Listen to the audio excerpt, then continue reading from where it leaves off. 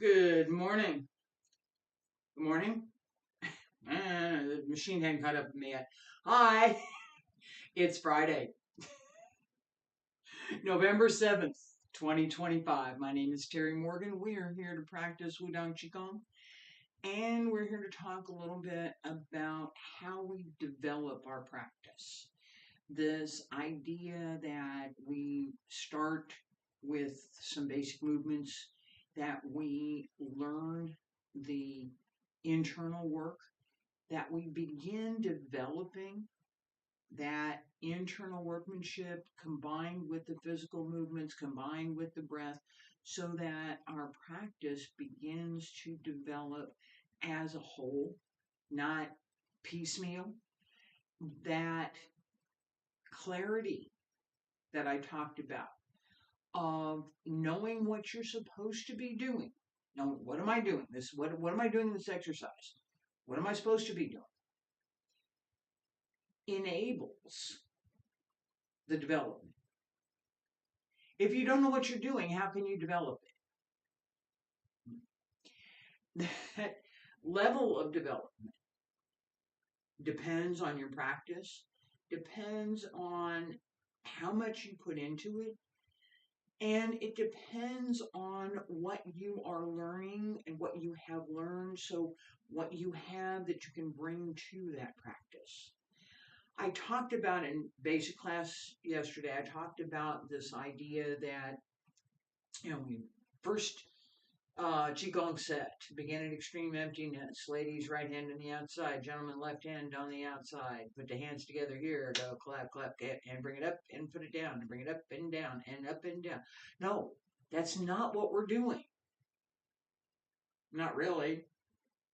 That's what the outside movement is. The inside movement, and I talked about this quite a bit, has a great deal to do with circulating the energy, opening the body, actively breathing, actively using the physical breath, combining that with the internal breath, the qi, to circulate the qi through the entire body, and then be able to develop the skills to use it. Process. Each step, beginning, middle, advanced middle, more advanced, is part of the process of refining the forms, refining what we're doing. As we practice, that is the goal, to refine our practice. I'm going to go back to that idea of clarity again. If we don't know what we're doing, if we don't know what we're supposed to be doing, how can we refine it? How can we develop something that we don't know? That limitation is part of why I'm here. I don't want that limitation.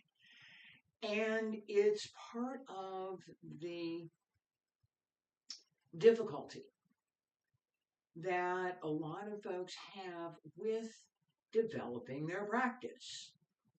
They don't know. Nobody ever said, oh, by the way, this is what you're really supposed to be paying attention to over here. Mm-mm. No. And nobody ever showed them what the difference is. How can you know something that you've never seen, you've never experienced, you've never read about? How can you know that? You can't. You can't. As we develop the practice, each stage in practice has its own qualities, its own characteristics, things that we need to bring into practice so that it's not separate. It's not, I don't have to think about this anymore. It's just here. I didn't have to think through the litany of what to do to stand here. I just did it. I did the litany the other day. I'm not doing it again right now. Okay? It starts with the feet about shoulder width apart. Being able to do that is practice. I went through that litany repeatedly, actually for several years. Still do, because I'm teaching it. And it enables me to check off all of the important points that I should be paying attention to in my physical stance. Wiggle the toes, wiggle the fingers. And basic stretch. Hand circle to the front. Back around to both sides. Up along the center line. Extend up. Reach out over the legs. Bend the knees. Open the back. And stretch up. Reach out. Roll up through the back. Don't lift, roll. Reach out again. And roll up. Fingertips reach up. Elbows drop down, wrists, hands return to your sides. That stretch is something that I practiced for years. I've developed the skill to be able to do it reasonably well on demand. There are some things that I don't practice quite so much, not so much on demand, but I can do it. And there's other things that are instinctive. I don't think about it. I just do it. Sometimes that's connected to what I do in practice. Other times it's a side effect.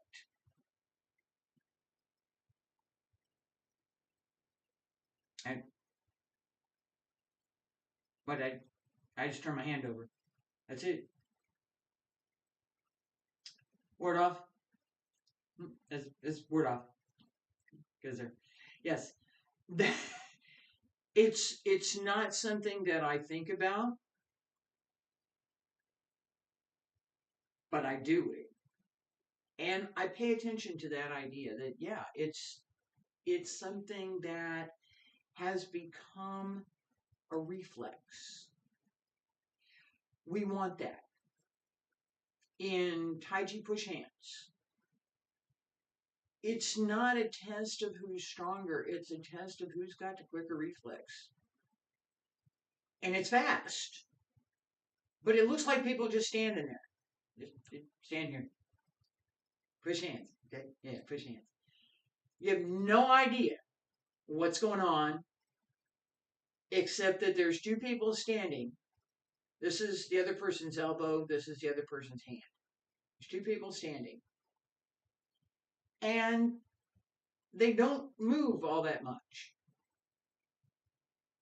They don't.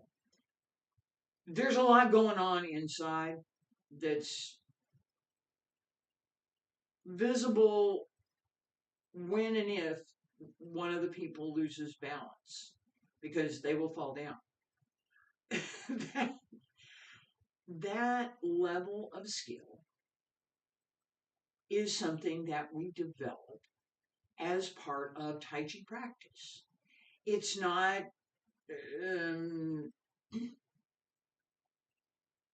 it's not something that is known one day and you can do it the next day. It's you start learning it and you develop that skill. It's the same as all of the rest of the things in our practice.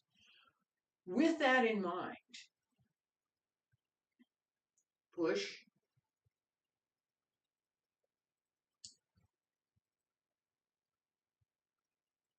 and return. We're going to work on this right now. The workmanship, the internal work, and I'm going to turn around left side, right side, is paying attention today, focus on the connection through the heels, both legs, through the heels, keeping the toes and the ball ball of the foot well placed on the floor so that your foot actually kind of looks like this. Your toes and the ball of the foot well placed on the floor. This is the heel. It sets on the floor. The arch of the foot is pulled up. So you grip through the whole leg. The extension is through the mid-back, not the hands. Okay. Pay attention to how the arms move, how they're connected through the spine, and pay attention to the circulation through both palms and the yunchuan at the ball of the foot. Feet about shoulder width apart, stand straight, pull up through the crown of the head. Breathe in, palms up. And breathe out, press down, bend the knees. Shift right, turn left, push. Pay attention to the mid-back, pay attention to the legs, pay attention to the feet. And shift. Right side, breathe in. And breathe out. Left side, breathe in. Breathe out.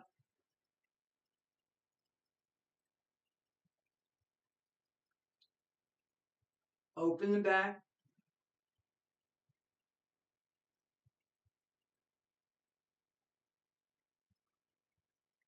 Keep the breath even and complete.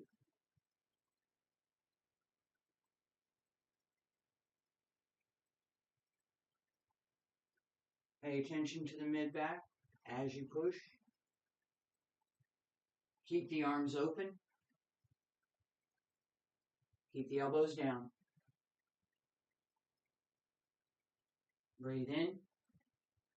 And breathe out. And breathe in. And breathe out. 2 more.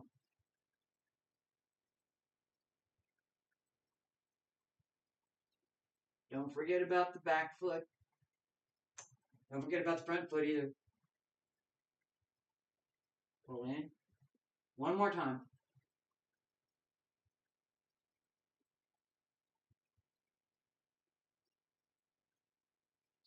And breathe out.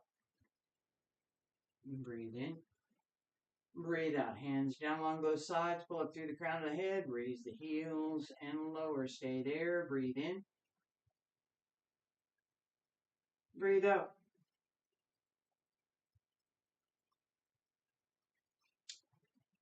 As we move through the set, you notice there's a smooth movement. Each time I shift, there's a connection through the whole body. Keep that connection through the legs.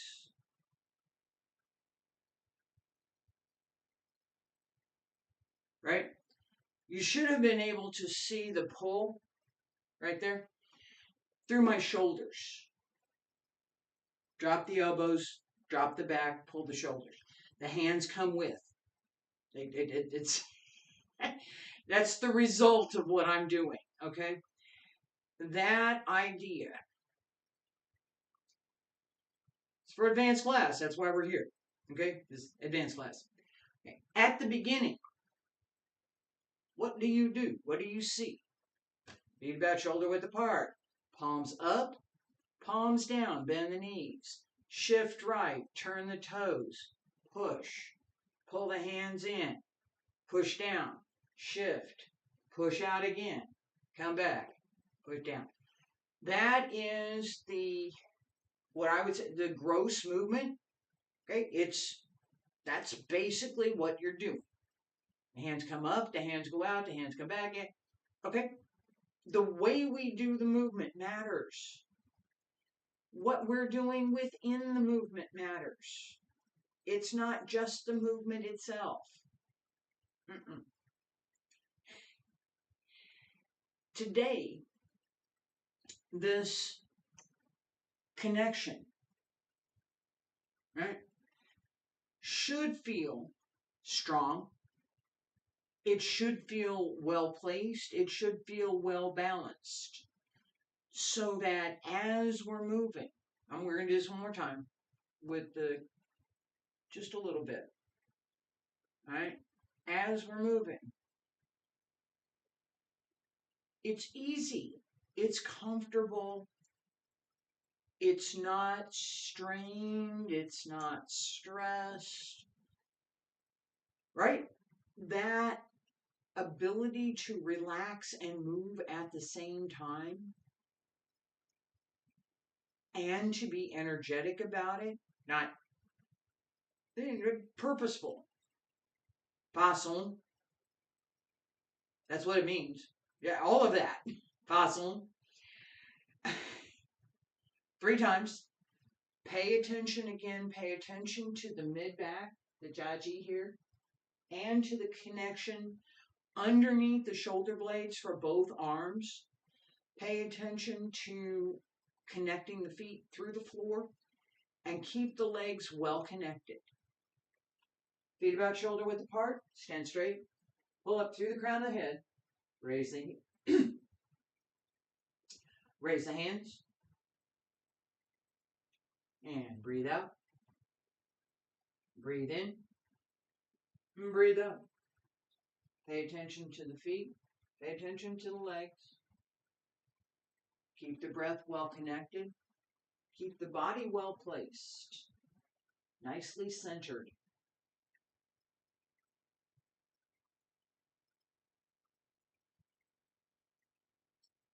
Each time you move, pay attention to the small movement.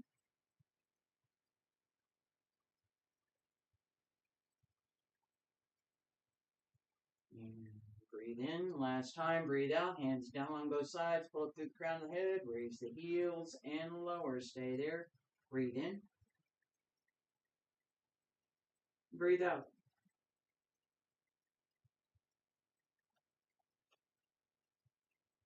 The more smoothly we can connect each movement. This is not smooth. Not smooth. Not smooth. Still not smooth. Not smooth. Smooth.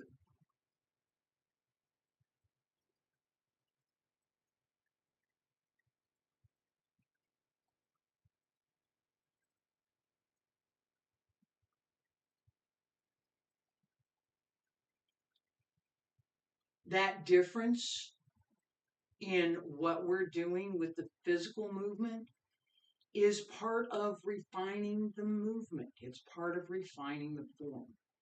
At first, we have to learn. Do this, do that, come back, do this. That very beginning is required. There's no getting around it. You have to learn that at some point for this exercise. That's the movement. To refine that movement, you need to examine the movement, what you're doing in the movement, what you should be doing in the movement, because they may not be the same thing, especially not at the beginning. How do you change? How do you find what's wrong? And how do you change it to what's better? Because there's always going to be better. Even when you're doing something correct. This is correct. It's correct. It's not very good. It's, yeah, I have to say, yeah, it's correct, but.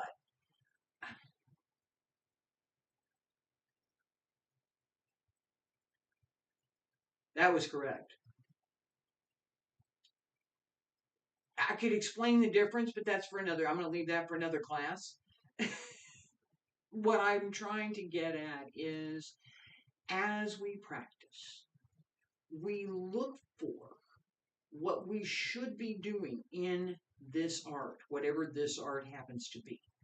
I'm teaching Qigong, I'm teaching this using Qigong as the example. I could use Tai Chi as the example. I can use Xingyi as the example. I could do a lot of things with the example. This one, I'm using Qigong. The development starts with understanding what we're basically what we're doing. Qigong practice. We want to develop Qi. We want to develop the internal breath. We want to develop some skills in breathing and connecting the breath and the movement. It's fundamentally Qigong. Most Qigong has those elements. Wudang Qigong has some more active elements compared to some other Qigong systems. Other Qigong systems have different purpose, different emphasis for development. This is Wudang Qigong. I'm going to teach what I know, right? That idea that we have, whatever it is, that we have some understanding of what it is that we're doing, that we know what is correct, what is not correct, and we know how to make the adjustment so that what we're doing becomes more correct. That is part of how we develop our practice. That's how we develop what we're going to be able to do later. If we don't know, if we don't understand that, well, yeah, there's more than just the physical movement to this stuff. More than just breathe in, breathe out. Yeah, there is. If we don't understand that, if we don't come to that realization, then we can't advance. I hope this is informative for you. I hope it helps with the idea that we develop, and this is how we develop. We start, we practice, we refine that, we gain some understanding, we gain a little bit more, and then we come to realizations that help us to develop even greater levels of understanding in what we're doing. I appreciate you being here. I will be back tomorrow a little bit more with this particular topic on clarity and development. Thank you. Bye.